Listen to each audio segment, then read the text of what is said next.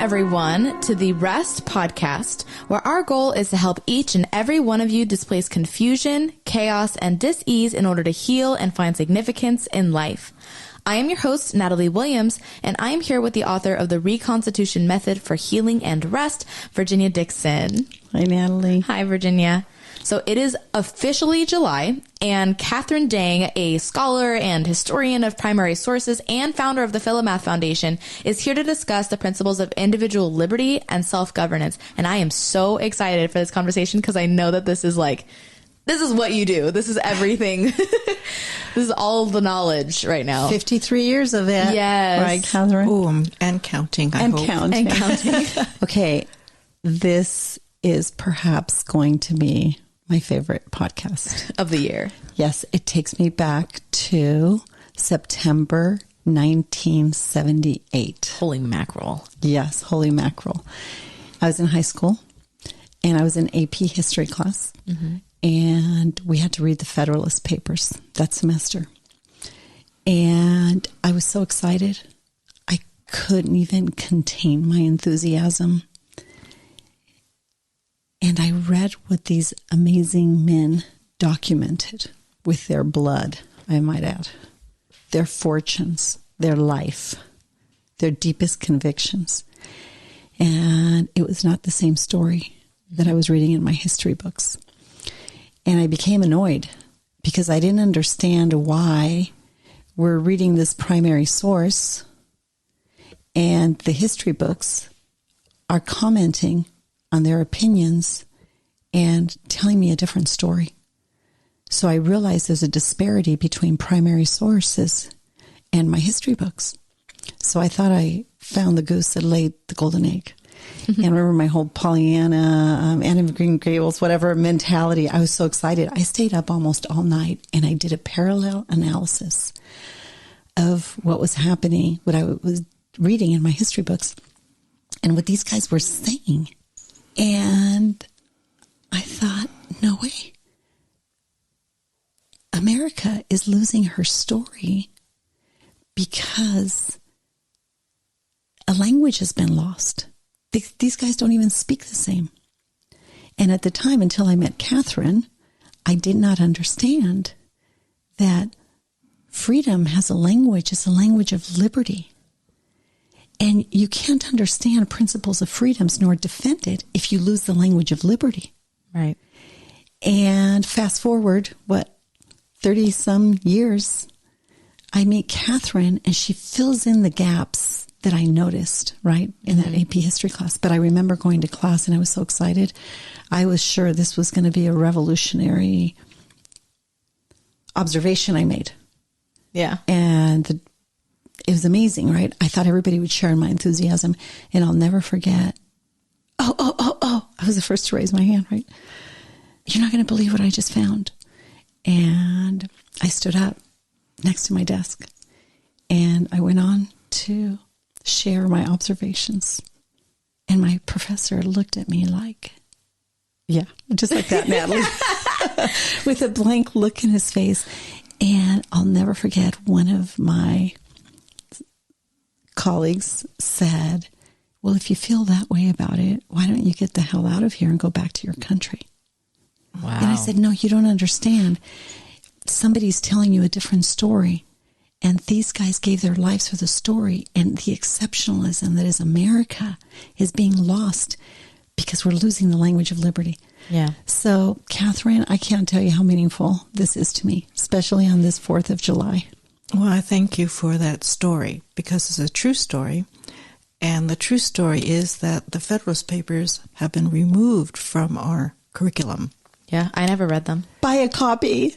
I know. I did buy a copy. And even if they did, the students wouldn't be able to understand it. Yeah.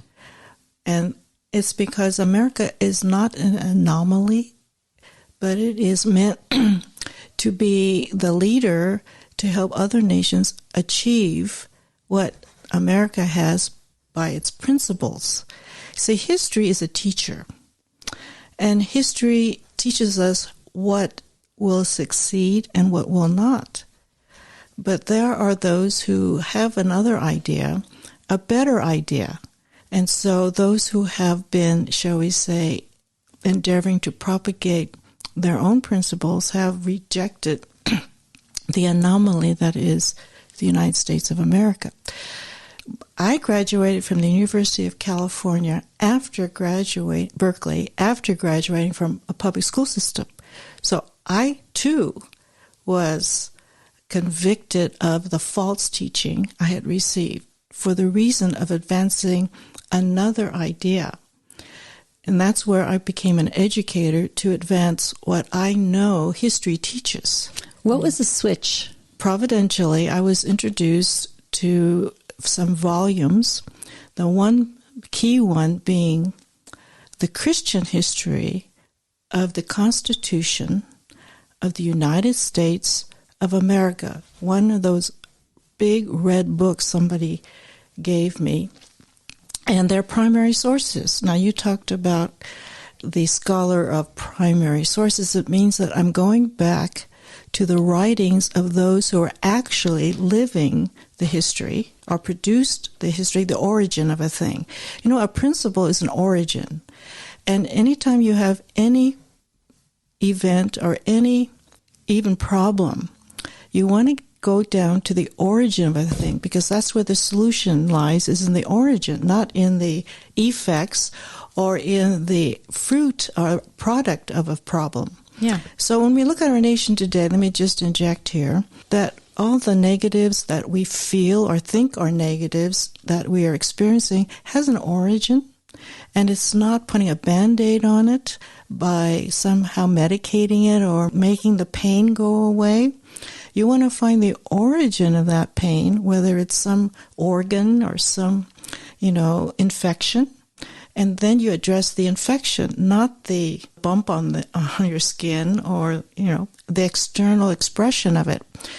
And the root cause. The root cause. And we know that intuitively. Yeah. But we never figured that what we're experiencing had any solution except something that was superficial. But I want to get at the cause of things. Like you always asking why. Growing up, didn't you ask, why can't I do this? Why? Mm-hmm. And nobody always gave me an answer. It was just no. No, you can't. Because I said so. Well, that was, whenever I hear, because I said so, that was sort of like raising me up for dictatorship. Yeah, that's not an answer. Right. But, parents do that all the time because they don't take the time to teach why or what the real cause is. Well, it's not satisfactory. No, right? it isn't. It's not digestible. We're people of reason. Yeah. We reason from causes. So my education began in being introduced to the true cause, those that wrote the documents, those that lived the beginning of our country. And I discovered that this has to be taught. And that was written by Miss Verna Hall, and she had a foundation in San Francisco, and I'm from the Bay Area, and so she was accessible, and she invited me and others of me to sit under her for 3 weeks and read and reason with her. And so I believe that volume was published in 1960. I was just a graduate from Berkeley and caught in the nick of time, I think, to begin my teaching vocation. So this was what I was going to teach, but I didn't know anything until I began to study, just as you realized. I didn't even know Federalist Papers existed when I began.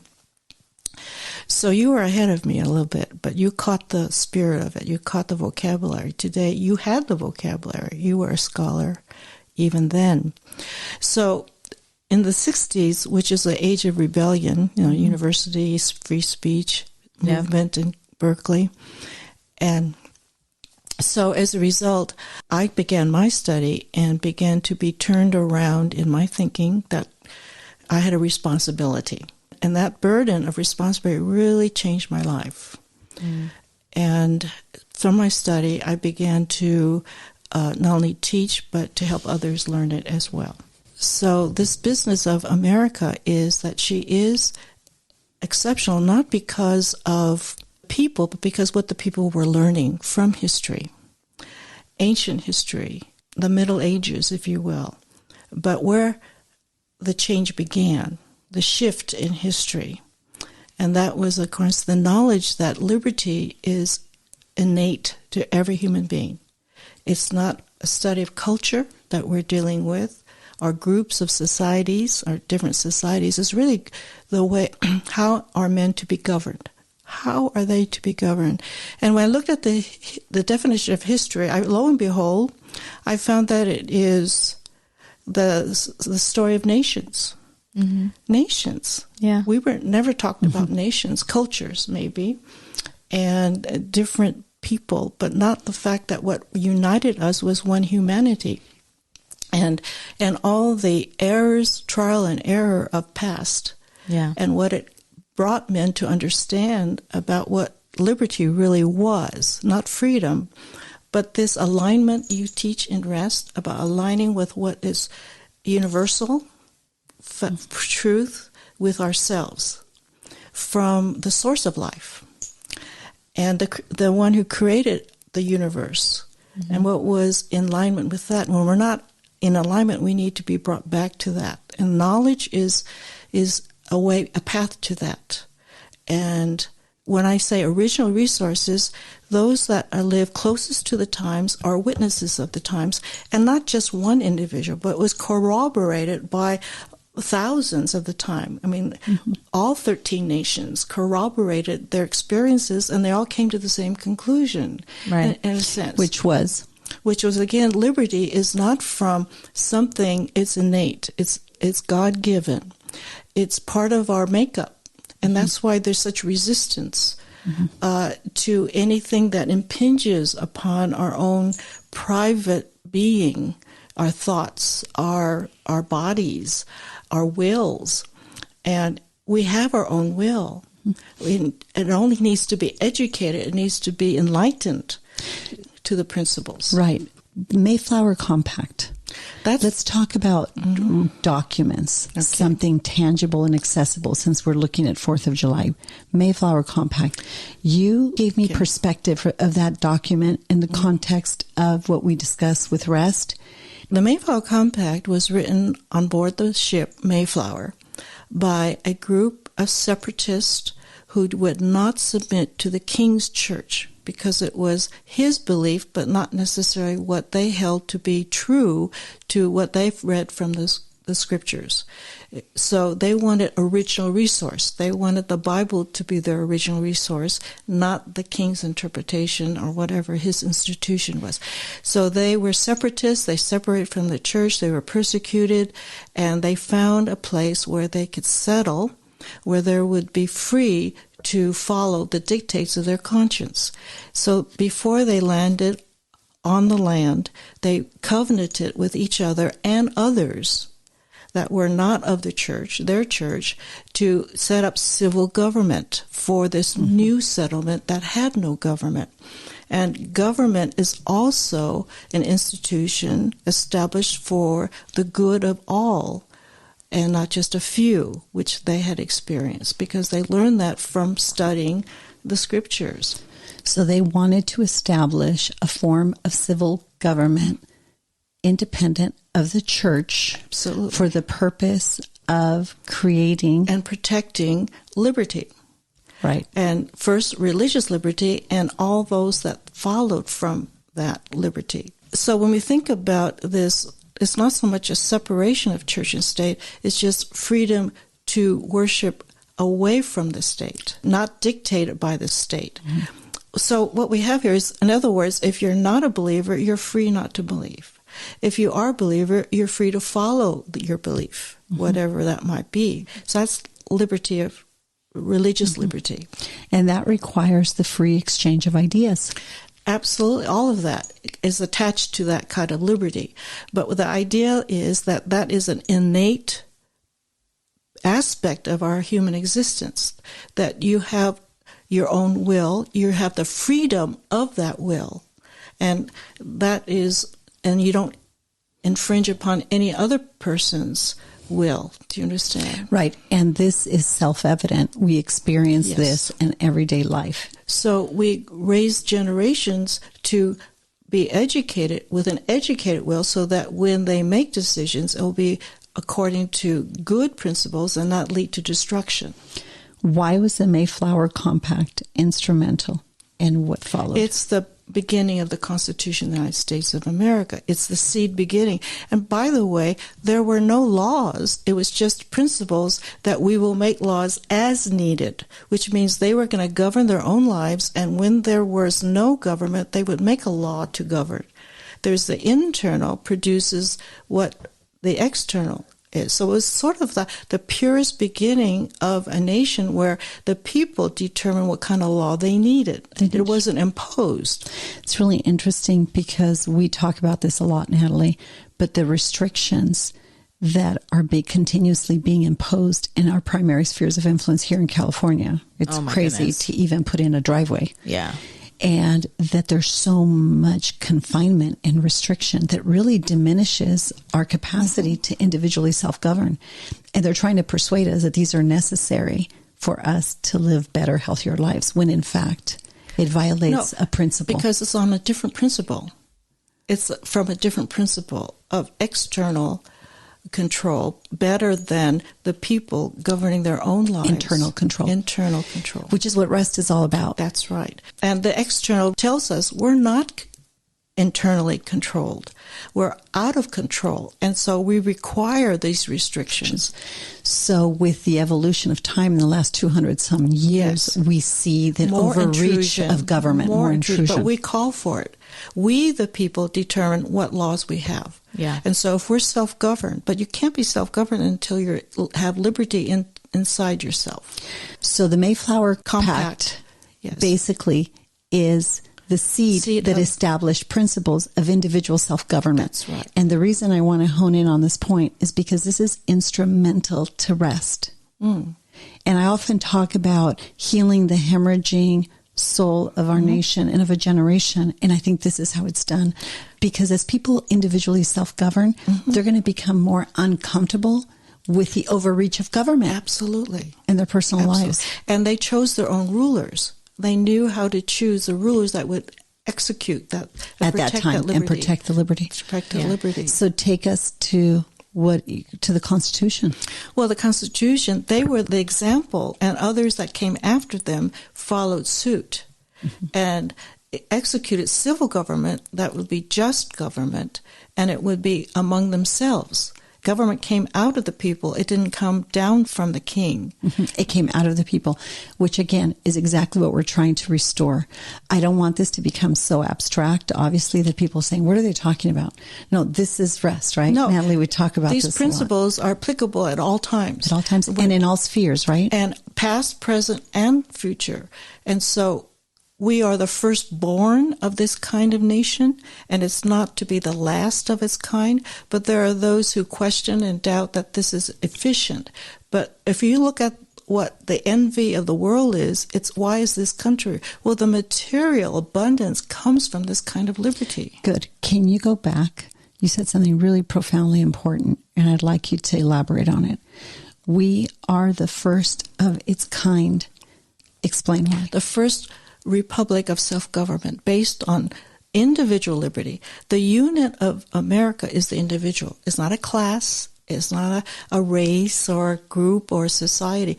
It's the individual. That's why we have the first 10 amendments, that what civil government may not do to any individual, no matter what state. The preamble tells the national government what it may concern itself with. The 10 amendments added to it says this is what you may not be involved in. So that's governing the government. See, the people govern the government, but when they're not governing themselves, they cannot govern the governors. There was a season in the history of this country, right, when the notion of all men are created equal, endowed by their creator, that was violated. And it was severely violated by slavery.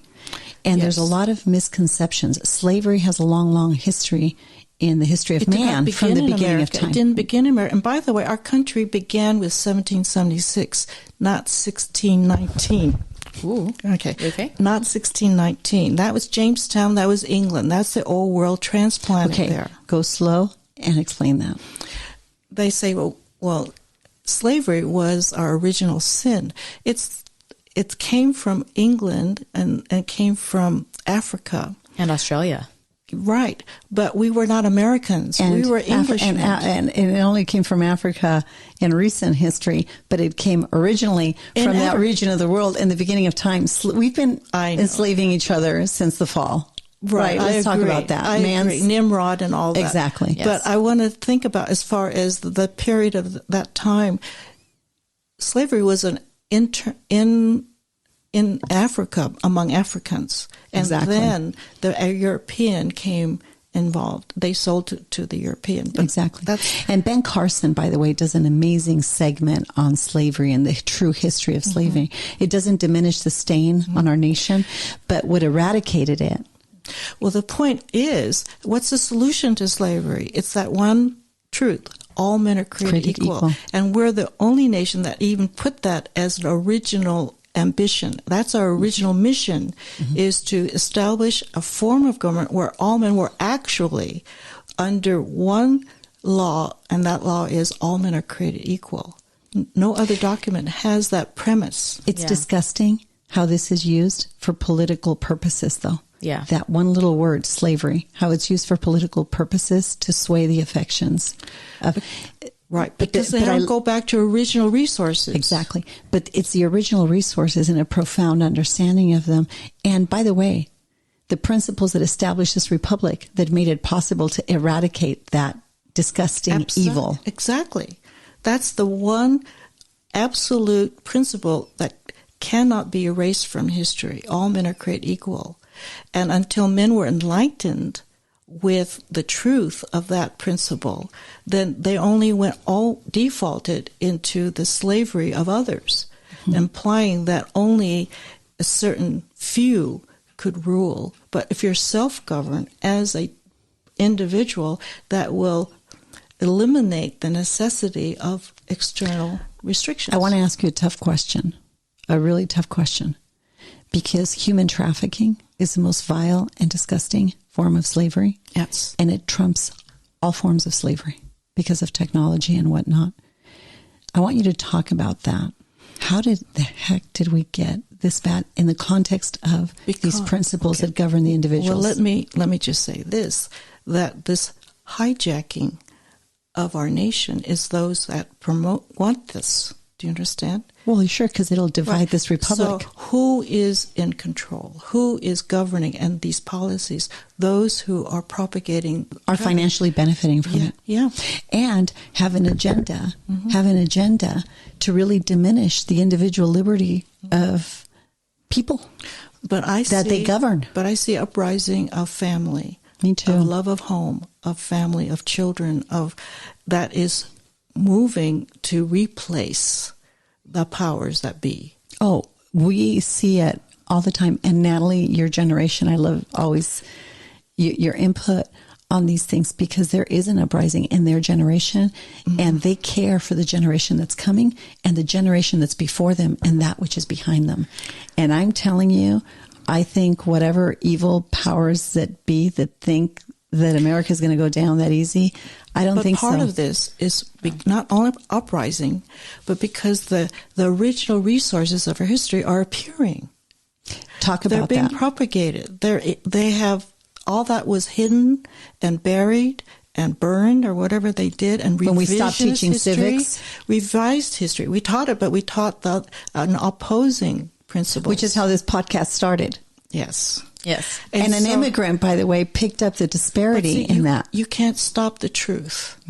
You cannot kill the truth. Truth is absolute, and it is coming through. And with volumes like Miss Hall's that I got a hold of, and it changed my life and turned it around as far as my teaching was concerned and why I was teaching, what I was advancing, individual liberty instead of what we call socialism today, groupthink and all that. Now we're training up a new generation with this original resources.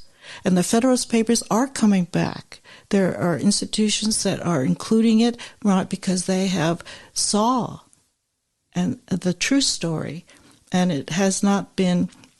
There are alternative forms of education, self-teaching, and the volumes have come up about American history, about Washington, about all these writers of the Declaration of Independence. And I want to say a lot of this, by way of the general public, it transcends religious convictions, political convictions. This is not a right It's and a left issue. It's global, right? And I love it because, again, it speaks to laws of nature, self-evident truth, and our natural affections. And it's the natural affections of people. Yeah. It speaks to our common humanity. So I want to be careful that I'm not making a political statement here. This is science. This is history. True history. Of all men and nations. And everybody can research this for themselves. Yeah, absolutely. It's available. I mean, you can download anything now of the past. Go to primary sources. Exactly. Can you, real quick, in the middle of this, we don't normally do this, but share the name of your foundation and the resources you have available to people? Well, my foundation is called Philomath Foundation, and they think it's about mathematics. But I adopt it because it's sort of kind of a screen, and people who know me know that that's the word meaning love of learning. And I'm learning all the time. I'm a student of history. I don't call myself a scholar, but I'm a student of history, and I'm learning how to tell that story to all ages. So education is where I'm found. And you have a website, and you have lectures posted on that website. I have audios with papers that go with them on my philomathfoundation.com, and I hold webinars every Wednesday night on history, government, and education. And the foundation propagates the ideas of providential history, individual self-government, and providential education. And the reason I love that, Natalie, and you've heard me talk about this so much, is because these principles are instrumental if you're dealing with addictions, if you're dealing with a broken marriage, if you're dealing with children, if there's confusion, wherever there's confusion, chaos, and dis-ease, these principles will serve you well. We happen to be talking about them in the context of what established this republic, because there is an exceptionalism that became America, and it was the principles from which they reasoned to establish this form of civil government. And I think that is what I want to celebrate this 4th of July as an immigrant.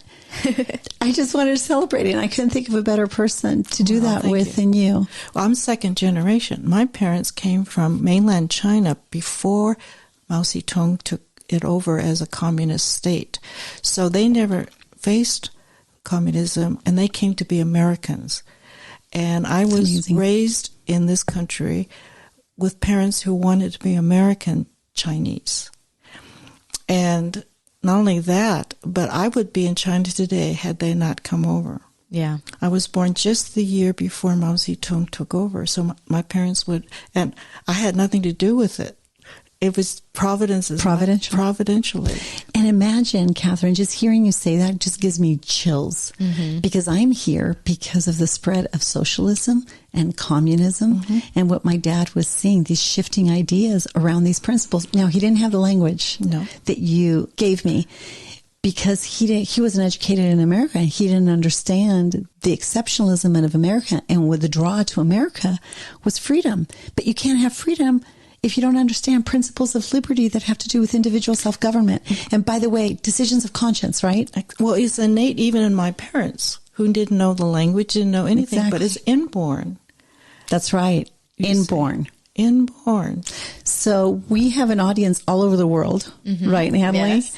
Literally all over the world. Yes. Where? India? Oh gosh, India, South Africa, England, Australia, Russia. We are, all over. All over. If you're listening to this podcast, you're our brothers, you're our sisters.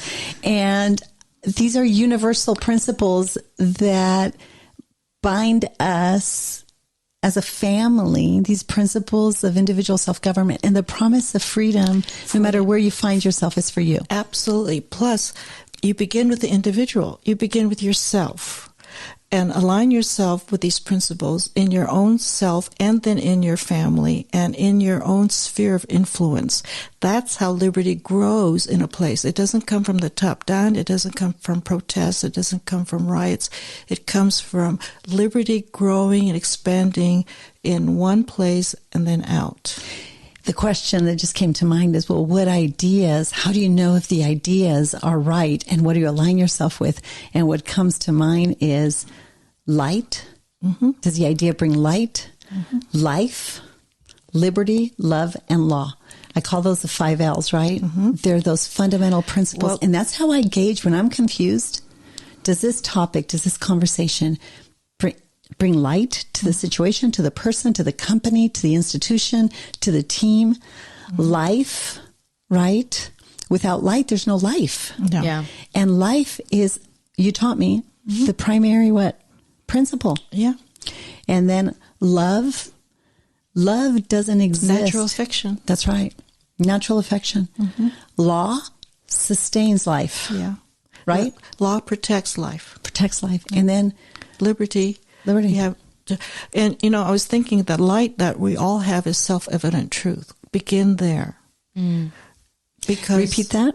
Light is first self-evident truth within yourself. I love that. Yeah. Light, self-evident and truth within yourself. You're only to go according to your light, not other people's light. Your light that is in you. A great injustice that I did as a parent was not help expand the light. I thought I had the light and I needed to give it to them, instead of understanding that principle that everyone has a different measure of faith. According to the measure of faith given you, live out your convictions. And I have 6 kids, right? 5 living, and every single one of them was given a measure of light. But because I didn't understand that about myself as a principle, I didn't know how to give that to them. So perhaps this will help us learn to listen to each other. It's individual. We're judged as individuals, not as a collective. Not as a collective. Yeah. Wow. That's awesome. That's awesome. So good. Katherine, thank you so much. Thank you. We want to talk about restoring the language of liberty internal, so we can secure freedom no matter what country you live in. Yeah. Talk about that for a second. Well, liberty is organic. It's natural. Talk about the language of it. The language of liberty, of course, deals with cause and effect, and begins with this. Really, it's deals with the part that causes things, not the effects. So it's positive. And there are counterfeit words. For instance, freedom is external. Liberty is inside ourselves, our conscience, our thoughts, our affections. And if you deal with those, that you have no restraint within yourself concerning yourself, then you're going to be able to move in a freedom you never had, because you're held back by something inside. It's an obstruction. I call it obstruction. A false idea, a lie that keeps you imprisoned. Okay. I love that. It reminds me of when you challenged me on the word right and wrong. Yeah. I'm a justice person, as you know, and I'm about, no, this is wrong, this is right. And you said, there's a better way. Lawful and unlawful for yourself, according to the light you know. Mm-hmm. Because Talk right and wrong is absolute, but light is individual, as you were bringing up. And we're only judged for what we know, not what we don't know. And we impose our light and upon wrong. Somebody else and somebody else. Our right and wrong. Our light. And your poor children don't know they'll have your light, and you pound them with your light that they don't know. And I think that's not uncommon for parents. I have such a visual in my mind right now.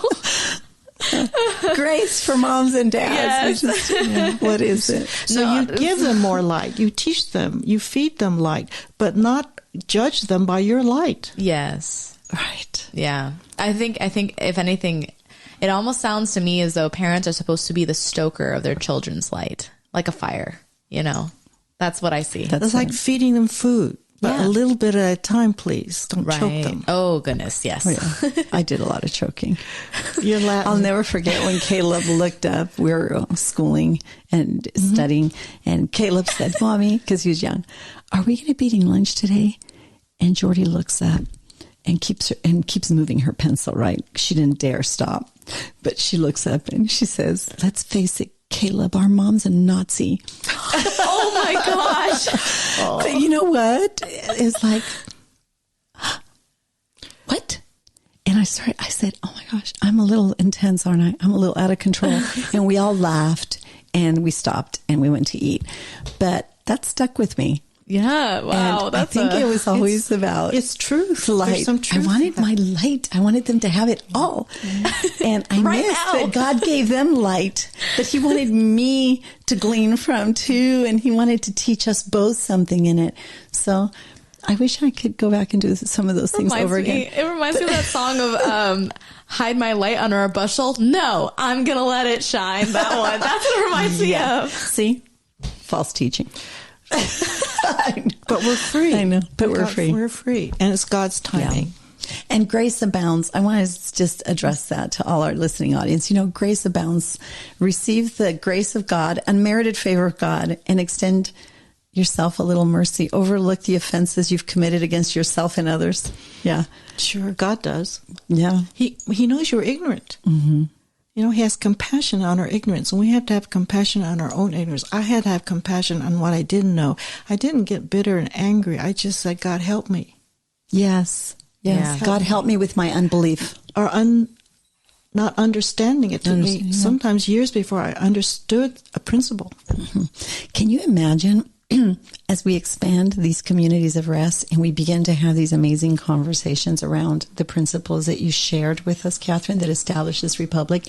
Can you imagine how conversations about mental health, about addictions, about political systems, about everything, all of a sudden we're going to be able to reason from principles that are self-evident? By the way, I know I harp on this a lot, but these principles sustain our very life. Yeah. The soul, the brain, the organs, our entire anatomy and physiology functions around these principles. Could it be some of our chaos, confusion, or disease comes from the abuse of principle? Yeah. Absolutely. There you go. That's the root There's of it. a note to finish on. Catherine, there's the note. Are we about closing time? Yeah. Okay, Catherine, repeat that. We are suffering simply because we haven't discovered the principles that are good, or we've been abusing the principles, misusing Of them. light to sustain life. Yeah. Wow. That's heavy. That's really heavy. We're going to have to do a whole podcast. Just on that alone.